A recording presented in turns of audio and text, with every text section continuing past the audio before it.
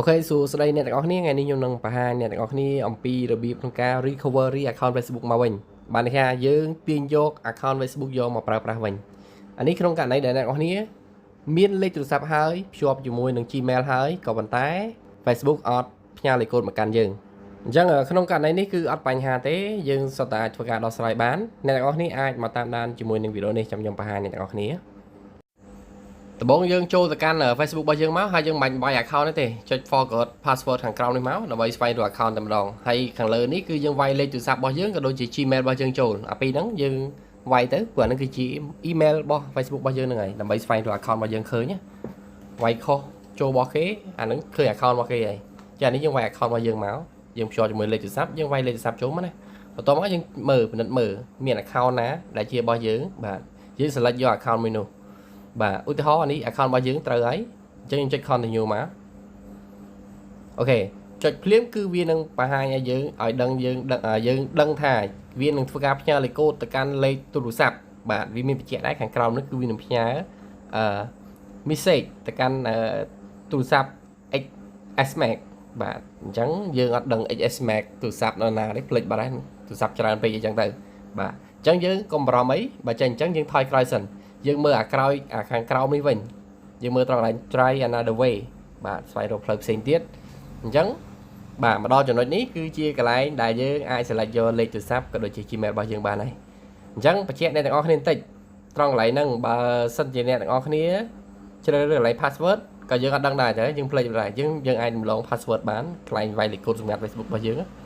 អូខេអញ្ចឹងយើងចុចយកត្រង់កន្លែងនេះខាងលើនេះវាមានដាក់ថា WhatsApp អញ្ចឹងយើងចុចអាហ្នឹងមកវាមានលេខទូរស័ព្ទរបស់យើងបន្តមកទៀតអ្នកទាំងអស់គ្នាចុច continue ខាងក្រោមនេះមកបាទហើយវាចូលដល់ចំណុចនេះអ្នកទាំងអស់គ្នាជ្រើសរើសគឺវាមានលេខទូរស័ព្ទច្រើនដោយសារតែយើងដាក់ភ្ជាប់លេខទូរស័ព្ទច្រើនអញ្ចឹងណាអញ្ចឹងកុំបារម្ភអីលេខមួយណាដែលយើងកំពុងប្រើបាទអញ្ចឹងយើង select យកលេខមួយនោះទៅអូខេជាក់ស្ដែងបាទលេខមួយនេះគឺមាននៅក្នុង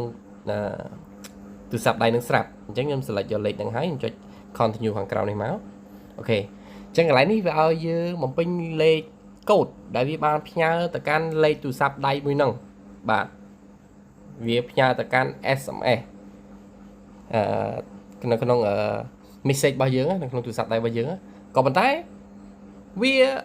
អត់ផ្ញើឲ្យទេកន្លែងហ្នឹងគឺកន្លែងហ្នឹងកន្លែងដែលយើងកៀងបាទយើងអត់ដំណើរការកន្លែងហ្នឹងអញ្ចឹងយើងកំពុងតែឆ្ងល់កន្លែងហ្នឹងត្រូវទេឃើញទេវាអត់ផ្ញើលេខកូដមកយើងទេអញ្ចឹងដំណោះស្រាយគឺអ្នកទាំងអស់គ្នាត្រូវចូលទៅកាន់ App Store ដើម្បីទៅឡើងនៅកម្មវិធីWhatsApp អញ្ចឹងបន្ទាប់ពីទៅឡើងរួចអ្នកទាំងអស់គ្នានឹងឃើញវា load នៅក្នុង home screen របស់យើងហើយយើងចុចចូលមកដំបូងគឺយើងចុចត្រង់កន្លែងនេះប្រើ internet theme របស់យើងហើយចុច agree and continue យើងចុច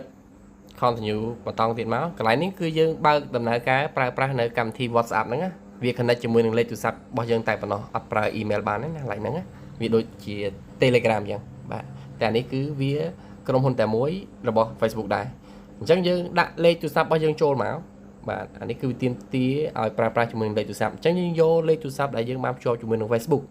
យកមកធ្វើការ sign in នៅក្នុងបាទWhatsApp កម្មវិធី WhatsApp នេះអូខេអញ្ចឹងអ្នកនរគ្នាអាចចុចតាមខ្ញុំបាននេះគឺរបៀបក្នុងការបង្កើតកម្មវិធី WhatsApp ហើយវាគ្រាន់តែ link គ្នាជាមួយនឹងលេខទូរស័ព្ទតែប៉ុណ្ណោះបាទអញ្ចឹងខ្ញុំសូមកាត់សិនហើយខ្ញុំអត់បង្ហាញអ្នកនរគ្នាពីរបៀបក្នុងការបង្កើតទេចាំអ្នកទាំងអស់គ្នាមើលវីដេអូមួយផ្សេងទៀតពីរបៀបក្នុងការបង្កើតកម្មវិធី WhatsApp ហ្នឹងអញ្ចឹងអានេះយើងបង្កើតកម្មវិធី WhatsApp រួចហើយណាបន្ទាប់មកយើងធ្វើវាម្ដងទៀតបាទចូលទៅកាន់ Facebook របស់យើងម្ដងទៀតមកដើម្បីអីធ្វើវាសារឡើងវិញបាទចុច get code តាមរយៈលេខទូរស័ព្ទដៃរបស់យើងមកបាទ select ចឹងហើយបាទអញ្ចឹងយើងអត់យក password ទេយើង select យកលេខទូរស័ព្ទដែលយើងបានបង្កើតជាមួយនឹង WhatsApp បាញ់ហ្នឹងបាទអញ្ចឹងយើងថយក្រោយវិញមកបាទអញ្ចឹងអានេះខ្ញុំបង្ហាញអ្នកនរគ្នាសារឡើងវិញម្ដងទៀតអូខេចូលមកកាន់ account Facebook របស់យើងអញ្ចឹងហើយយើង select យក WhatsApp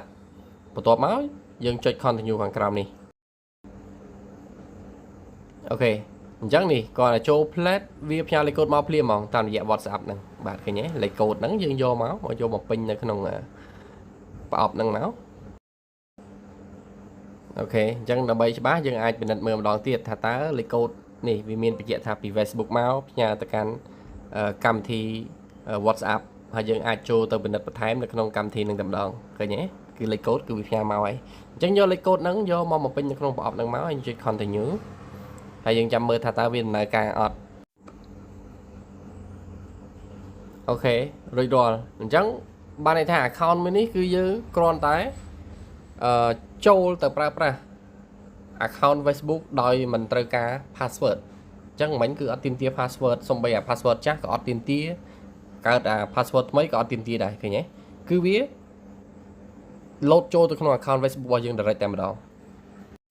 អញ្ចឹងអស់ហើយមានតែប៉ុណ្្នឹងទេហើយបើសិនជាអ្នកនរអស់នេះមានចម្ងល់ឆ្ងល់អីអាចធ្វើការ comment សួរខ្ញុំបន្ថែមក្រោមវីដេអូនេះបានយើងជួបគ្នាវីដេអូក្រោយទៀតបាយបាយ